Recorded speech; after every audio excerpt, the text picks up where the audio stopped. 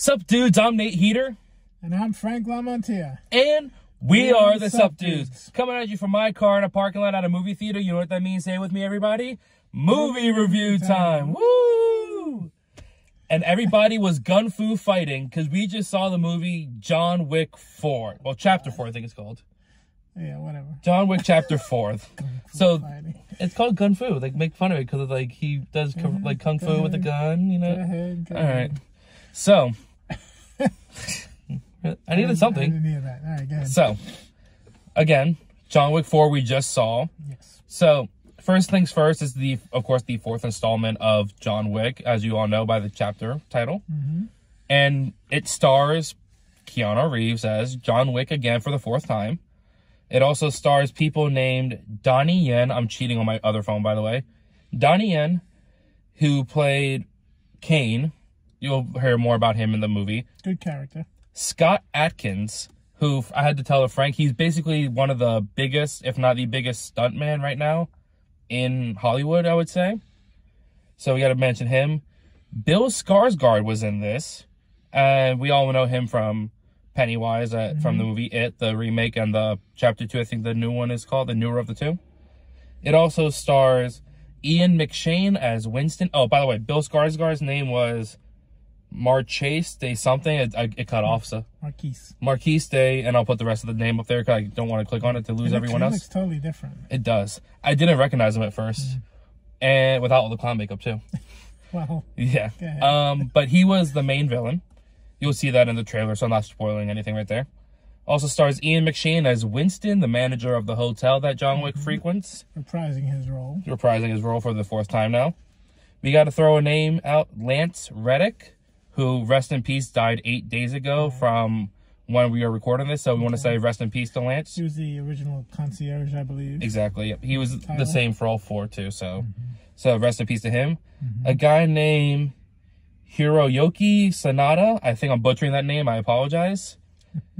He played Shimazu. Again, I feel like I'm butchering all these. Probably. He was the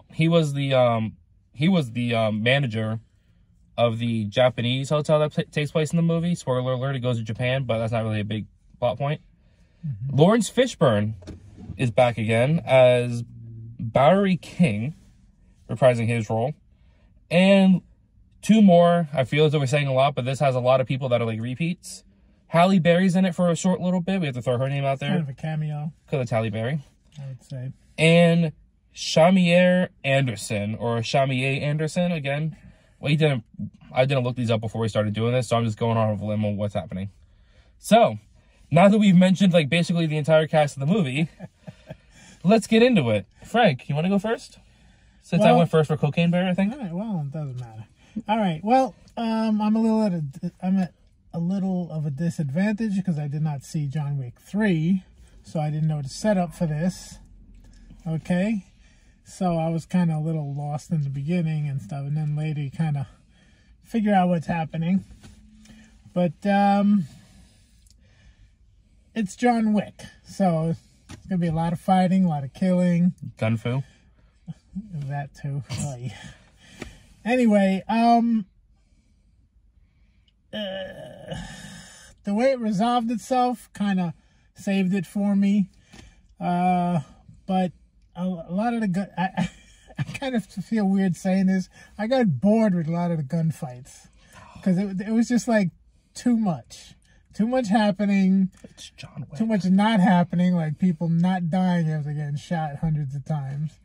I know everybody has the body armor suits and stuff, but it just and I know these type of movies are supposed to be a little over the top, but because of that, it shouldn't be exploited too much, and that's what happened in my opinion. It got a little too boring, and you completed already. I mean, it was how long was the movie? 2 hours 40 minutes, I think. Okay, it could have been a regular 2-hour movie if they would have trimmed down some of the fighting and shooting and stuff.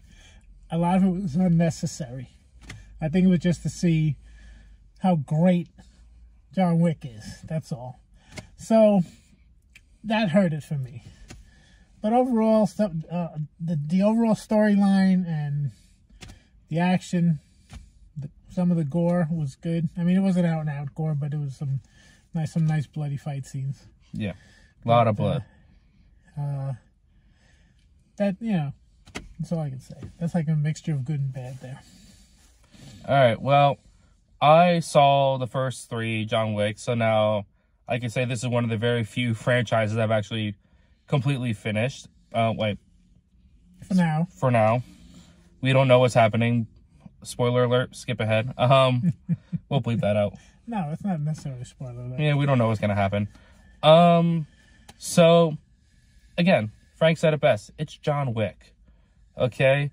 Everyone knows John Wick is supposed to be this, like, superhuman of a person.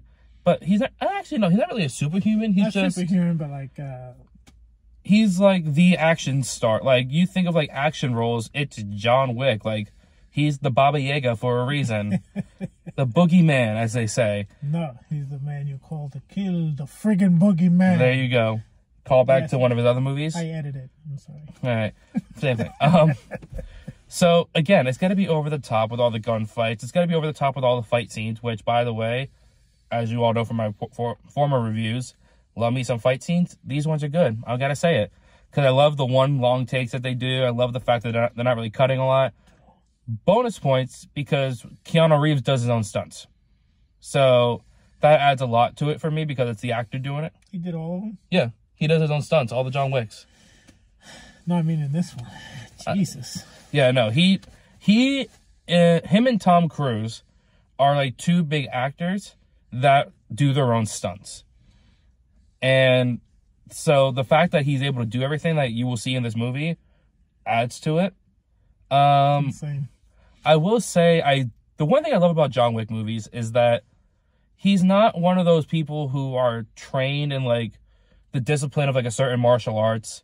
Like, he will fight dirty. He will like get on the ground with you and fight you like that way, take you down, all that things. And that's what makes it, I think, more realistic because, again, you have all these like kung fu movies that are like everything, like, you know, the hand, like blocking, everything like that, all the kicks and everything. No, he gets down dirty, down gritty, and he will wrestle you to the ground and kill you that way. So I think that's what I like about it because it also incorporates some like mixed martial art takedowns in there, some like other mixed martial arts with guns. Yeah. So, but the takedowns are legit takedowns from like UFC or like other martial arts. So I think that's what adds to it. It's not just like some fake stuff that's happening. He actually learned all this like he also did in The Matrix. Wasn't Lawrence Fishburne in that too? Yes, he was. So Lawrence Fishburne and I won't say John Wick and Keanu Reeves in 2 franchises together. I will say there are some times, I will admit, it did get over the top, like a little bit too much for me. But I think overall, again, you got to remember, it's John Wick. You are going to see that type of stuff the entire movie. And that's what you go for. You go to see John Wick kill people. Like, end of story. Well, I mean, that's all well and good, but even for John Wick, I think this was over the top. They milked it a little too much. Yeah. And I think because of the premise that, you know, he has a bounty on his head. Yeah. So everybody and their brothers coming out of the woodwork to kill him. So, yeah. All right, yeah, so the body count is going to, you know, get high. The people coming after him is going to be a lot of people coming after him. So I understand that, but it's like half the world showed up. And, you know, it's crazy. It's the underground thing. I will say I do like how in a lot of the fight scenes they incorporated the environment a lot. Like, especially, and again, you'll see this in the movie, like when they're in France and they're fighting like in the streets, they are avoiding cars because that's what would happen. Yeah. You're fighting in the streets, you would avoid cars running over you. And of course, in another John Wick movie, he drives a car. Both the doors are off, so you can see it's Keanu driving the car. Because Hollywood, you got to get those good camera shots. That's what happens. Overall, I love this movie. I think this was one of the better ones, in my opinion. One of the better John Wicks. Not the best one, because that's the first one, of course. But I say it's top 4. That's a stupid joke. I'm sorry. Lunatic. Yeah. All right. So, let's get to the numbers. I guess I'll go first this time. I'm going to give this movie... Now, what we gave Nobody... I think the nines and everything like that, and the same producer with John Wick, I still like nobody better than this version of John Wick. So it's not going to get a 9, but I will give it, I'm stuck between an 8 and an 8.5 right now for that. I'm gonna give it the benefit of the doubt because Keanu does his own stuff. 8.5.